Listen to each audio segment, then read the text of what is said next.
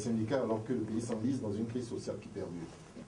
Je crois qu'il y a beaucoup de faux clichés collés sur le Tchad. Cet accord a été signé en octobre 2011. Le gouvernement a appliqué strictement l'accord avec les syndicats qui devrait les amener à des négociations en 2014. Donc trêve sociale jusqu'à 2014. La même centrale qui a signé l'accord avec le gouvernement, et la même centrale a violé cet accord. Puisque j'ai parrainé la signature de l'accord en 2011.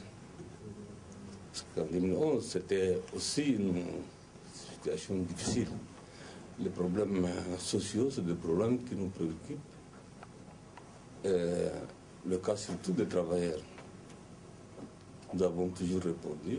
Vous ne savez pas, je pense que depuis 5 ans, 10 ans j'ai dit, l'augmentation des salaires, on a multiplié par 300.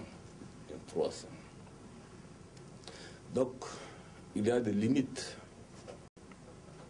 Si l'ensemble des recettes hors pétrole, je dis bien l'ensemble des recettes hors pétrole, devrait être consacré au salaire, et évidemment, le peu qui reste, nous ne pourrons pas satisfaire les 12 millions de Tchadiens qui sont là, qui attendent de l'eau potable, qui attendent à être soignés.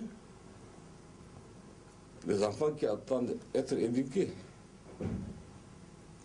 Et si ce pétrole s'arrêtait, ça veut dire que c'est une ressource inépuisable, non? Si demain, on arrivait en fait, disons, qu'on n'avait pas du pétrole, on ne peut pas revenir en arrière, certes. Vous comprenez? Donc, on ne peut pas consommer l'ensemble des recettes hors pétrole, je dis bien l'ensemble des recettes hors pétrole, par les salaires. On est arrivé vraiment à une limite impossible d'aller plus loin. Le dialogue est ouvert. Le gouvernement n'a pas, fermé la porte. C'est à la syndicale, à la centrale syndicale de revenir comme le gouvernement lui a proposé, n'est-ce pas, avec sérénité, bien négocier, reprendre le travail et négocier pour parvenir à un accord. Puisque l'accord de 2011 est devenu caduc, c'est un nouveau qu'il faut mettre en place. C'est là que je parle du gouvernement, c'est là que le gouvernement travaille avec les centrales syndicales, pas la centrale seule, l'UST, mais d'autres centrales aussi. Il y a 4 centrales, il y a une seule qui est partie en trêve. Les autres ne sont pas partis, ils ont respecté l'accord qu'on a signé en 2011. Éco-finance, nous passons aux questions économiques et financières. Oui, bonjour Monsieur le Président. C'est une banque chinoise pour le Tchad, une ligne de crédit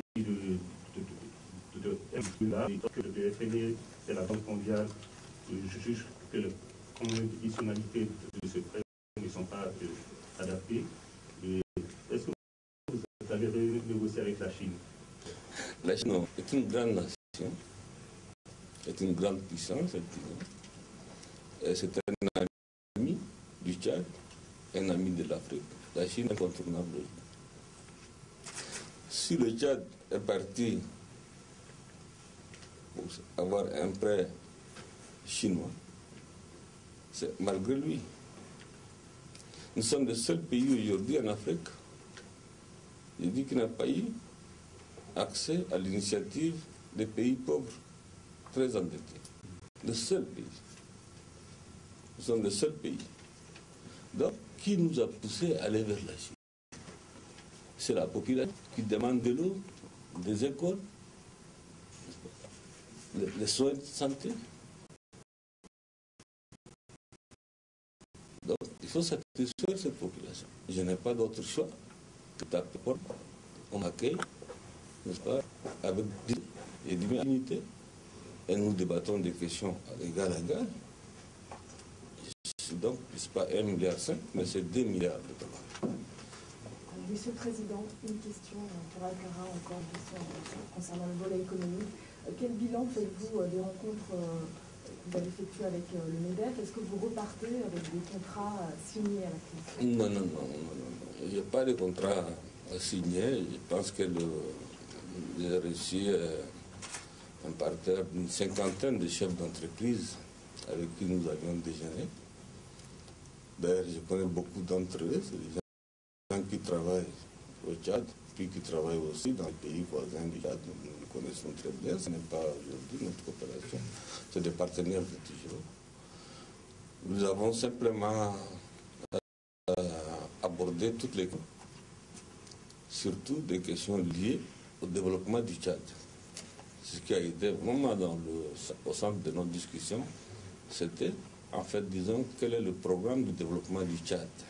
C'est ce qui les intéressait, c'est ça.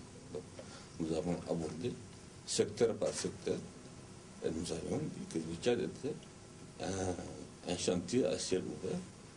Donc, ils ont leur place, ils peuvent participer, n'est-ce pas, à la renaissance de ces pays-là, puisque nous parlons de la renaissance.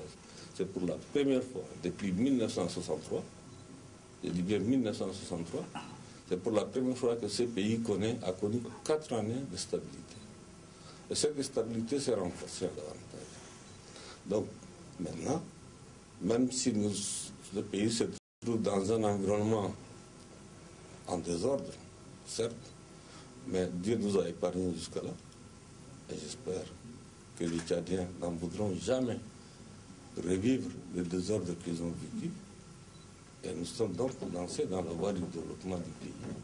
D'où la nécessité de parler avec des partenaires qui connaissent déjà le Tchad, les attirer, faire davantage en fait, dans des secteurs porteurs, comme l'agroalimentaire, les routes, les infrastructures dans une manière générale, l'énergie nouvelle, l'environnement, l'eau potable, la santé, l'éducation, la santé.